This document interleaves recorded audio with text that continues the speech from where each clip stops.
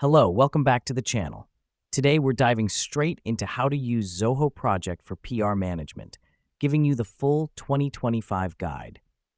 First up, we're going to create a new project on Zoho.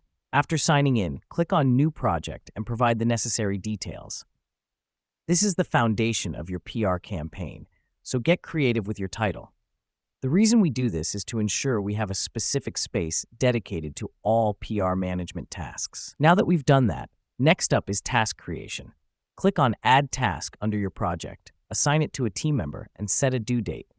This helps us because it allows us to delegate responsibilities and keep track of deadlines, both crucial in PR management. After task creation, we'll move on to time tracking. On each task, click Log Time and enter the hours spent. This step is important as it lets us monitor the time invested in each task, ensuring we're utilizing our resources efficiently. Next, let's take advantage of the Docs feature. Here, you can upload or create documents relevant to your project, like press releases or media lists.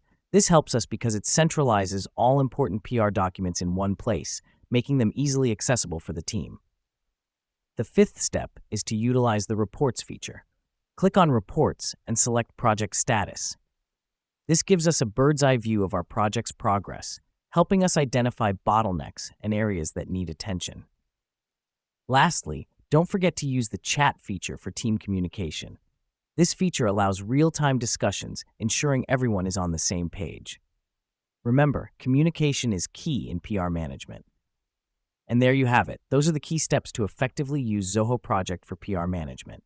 Remember, Zoho Project is a robust tool, and mastering it can significantly improve your PR campaigns. Thanks for joining me today, and I'll see you in the next tutorial.